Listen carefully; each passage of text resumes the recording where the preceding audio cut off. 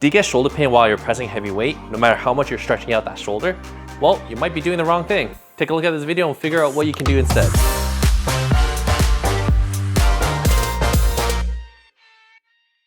If you have shoulder pain while you're doing your heavy lifts and you don't really know why, yet you've been doing a lot of stretches and it hasn't been helping, there's a specific reason for that. Stretches have only been shown to actually increase your range of motion, and this is really important if the lack of range of motion is causing you to move all funky during your lifts, therefore causing some excessive stretch on the structures causing pain. But if your range of motion is full in all these different ranges of motions that we're going to talk about, then stretching won't really do much, as it won't really increase a full range of motion and it doesn't do anything for pain control. For example, the three main ranges of motions that are super important that you have to make sure you have is external rotation of the shoulder, internal rotation of the shoulder, and shoulder flexion. But if you've been doing stretches that work on increasing all three of these, yet all three of these are already maxed out in your shoulder, stretching out further won't really help. And here's how to check whether or not you have full range of motion in that shoulder for something like a shoulder press. So first thing you're going to do, and this is super easy, you just lie down on the floor with your back flat against it. From there, you're going to raise up your arm up to 90 degrees, and you're going to keep a 90-degree bend in your elbow. From here, you're going to just rotate that arm so that the back of your forearm and back of your hand touches the floor. If you could touch the floor, bingo, you have full range of motion in external rotation. Next, we're going to check internal rotation. So we're going to go back to that starting position where your arm is raised up to 90 degrees abduction, elbow has 90 degrees of flexion, and instead we're going to drop that arm downwards so that the palm then reaches the floor. If you can touch the floor with your palm while keeping your back flat on the ground, then you have full internal rotation range of motion. What this means is you don't have to do external or internal rotation stretching based exercises because you have the full range of motion already, which means you really have nothing to stretch. If you can't touch the floor with external rotation, here's a quick video that you can do. You can find that video in the caption below. It's an easy stretch that you can do to increase your external rotation. Likewise, if you can't tap the floor with your palm, here's another video you can do for your shoulder and internal rotators so that you can actually increase your range of motion. You find that video in the link below. Next, we're going to test out whether or not you have adequate amount of shoulder flexion. Shoulder flexion is raising your arm up above your head. Likewise, we're going to start once again lying down on your back, and this exercise is super important that you keep that back flat against the floor, including that lower and mid back. So what you're going to do is while your back is on the floor, you're going to just raise your hand overhead and you're going to tap the floor with the back of your hand above you. If you can't tap the floor, then that means your shoulder extenders are really tight, which means you can stretch that out. Usually it's the latissimus dorsi that's tight. You could take a look at this video on how to stretch it out. If you can tap the floor, but you notice that your ribs lift off the ground in order for you to do so, then guess what? You don't really have full shoulder range of motion. Once again, you're gonna have to stretch out that lat so that you have full shoulder range of motion. Now, the purpose of today's video is to actually figure out why you might be having some shoulder issues with heavy lifting. And one of the main reasons is because of the lack of dynamic shoulder stability. What this means is that likely your shoulder muscles aren't really great at stabilizing this movement because you're lifting a very heavy weight and it's just not up to the task. So what do? You can do a primer or a set of primer exercises that will warm up your rotator cuff. What this will do is prepare you better for this movement that you're going to be doing. Now, before we get started, it's really important to know that there's two ways to approach these types of exercises. You can either do a single set of these exercises to act as a warm-up. You do that right before your heavy lifts. What that'll do is prime these muscles up. Now, the limitation with that is that you're going to have to rely on these exercises as a warm-up. And I'm the kind of guy that doesn't want to have to waste too much time on a warm-up routine. Instead, what I like to do is I like to do 3 sets of these exercises 3 times a week so that I can develop my innate stabilizing strength. What this means is I'm going to raise the baseline abilities of my rotator cuff muscles and my other shoulder muscles to stabilize my shoulder.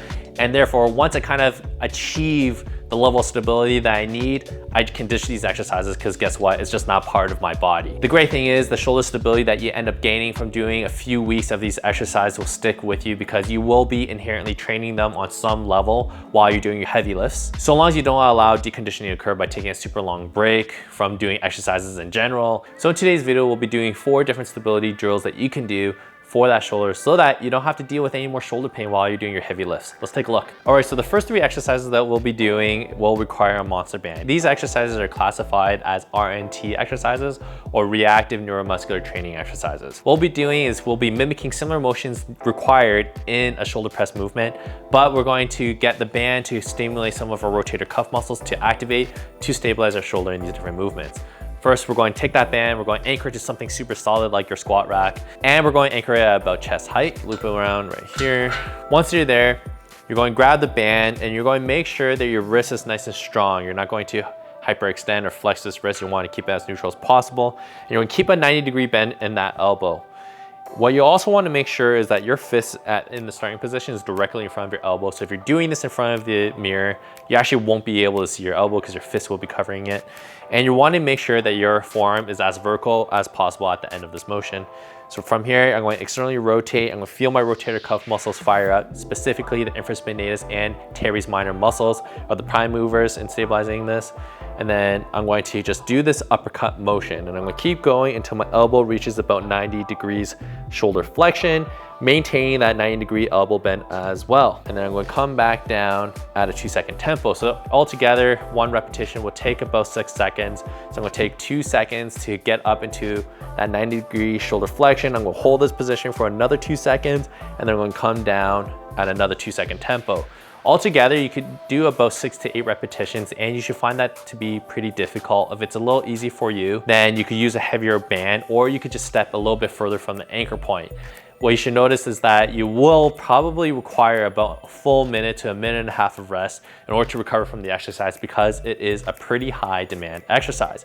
Even someone like me with no shoulder issues, I still find this exercise pretty difficult to do. The next 2 exercises, we're going to have this band anchored closer to shoulder height. So I'm going to raise the anchor point by about 6 to 8 inches. And I'm going to do what I like to call the pullback press. Instead of staying sideways, now I'm going to be facing the anchor point with my body, and I'm going to pull my arm back so that I'm starting at that bottom shoulder press position. What I really want to make sure is that my forearm stays as vertical to the ground as possible, even at the top position. If you find that your arm goes forwards a little bit towards the top, it means that you're not really strong enough, and you might have to walk a little bit closer to the anchor point so that you can stabilize that top position. What that'll look like, I'm going to start with my arm not right beside me, but about 15 to 30 degrees in front of me within the scapular plane.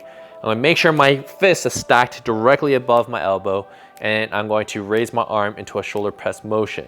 In this position, if you notice that your arm goes forwards a little bit, that means you're too weak, you're not really good at stabilizing, in which case you could just step forwards a little bit, and then that's the range of motion that you should be kind of working in. But for me, because I can hold it, I'm going to stay here, and then I'm going to come back down. Similar to the last exercise, I'm going to take 2 seconds to do this concentric phase, 2 seconds at the top, and then 2 seconds in the eccentric phase. Once again, you'll feel your external shoulder rotators activate, specifically the infraspinatus and teres minor muscles, and you should find that doing 6 to 8 repetitions is going to be pretty difficult. You'll do about 3 sets of that as your part of your strengthening program, or just 1 set as part of your warm-up. The last exercise of the RNT series that we'll be doing is the exact same motion, but we'll be facing away from the anchor point. And this will work on our shoulder internal rotators, namely your subscapularis. Now for this motion, I am going to be standing away from my anchor point. And once again, I'm not going to have my arm right beside me. I'm going to pull it forwards about 15 to 30 degrees. And for this exercise, I'm going to maintain that vertical press as much as possible. If you find that your arm gets pulled behind the body, once again, step back a little bit, because it just means your stabilizers aren't strong enough to resist that band. But since I'm okay, I'm going to step forwards again, and I'm going to press that band in front of me. You want to make sure that your ribs are anchored downwards, because I'm not going to be hyperextending my body in order to accommodate the lack of range of motion. Once again, if you are able to complete those range of motion tests in the beginning of this video, you really shouldn't be compensating through the ribs or through the back when you're doing this pressing motion. So I'm gonna keep my ribs nice and low, and I'm gonna be doing about 2-second tempo press, 2-second hold, 2-second tempo eccentric lowering. Just like the other exercises, this might fatigue you in about 6 to 8 repetitions. Most people have an easier time with this than the external rotation variations, just because a lot of your other internal rotators like your lats and your pecs are going to be active as well, and they're going to be supporting your subscapularis. So you might find that you can actually get upwards towards 15 to 20 repetitions, which is completely fine. Just make sure that it's at a 6 out of 10 difficulty for you, which means that you might have to step a little bit further forwards in order to increase the band's resistance, or just use a thicker band. So you might have noticed that I haven't mentioned one muscle, which is your supraspinatus. That's the fourth rotator cuff muscle. This muscle is going to be active in both of the pressing variations because it's going to be active in any type of shoulder abduction type of movement. That's super important. So between the two different pressing motions and the uppercut, you're going to have a well-rounded program for stabilizing your shoulder by utilizing your rotator cuff muscles. The last exercise that we'll be doing is going to require a mini band that's going to be looped around both of your wrists. So you're going to loop it around there, and you're going to need a kettlebell held in a bottoms up position. From here, you're going to just go into that shoulder press position where your arms are about 15 to 30 degrees in front of you, fists facing forwards, and you're going to hold that kettlebell upside down in the shoulder that's affected. From here, you're going to press upwards. You're going to actually actively pull against this band to make sure your forearms stay vertical to the floor, and you're going to go and complete a regular shoulder press motion. Coming back down, you want to make sure that kettlebell stays stable.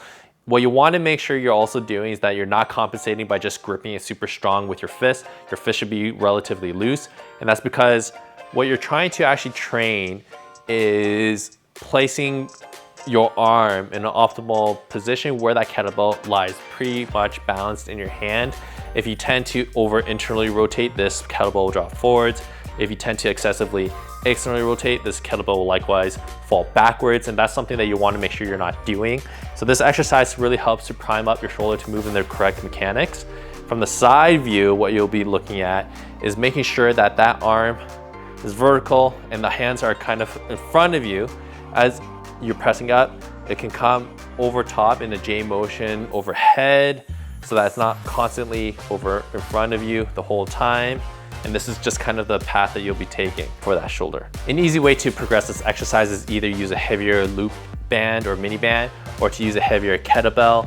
Now, the main limiting factor in the heavier kettlebell is that your grip strength is going to give way before your shoulder does. So I like to use a light to medium kettlebell. Again, the goal is to just make sure that the alignment of your shoulder is really good and the shoulder muscles are stabilizing any type of torque type of motion that's going to be placed through the shoulder. Because as you can see, as soon as it goes a little bit forwards, your rotator cuff muscles have to react by then bringing that arm back into neutral position, putting you in better alignment, and that's what we're trying to train. All right, everyone, I cannot emphasize enough how much shoulder stability exercises are underappreciated and underrated in the gym setting. If you've noticed that you've been stretching out that shoulder, you've been doing a really good mobility routine, still haven't noticed any changes in the way your shoulder feels when you're doing your lifts, please start thinking about doing a shoulder stability routine instead.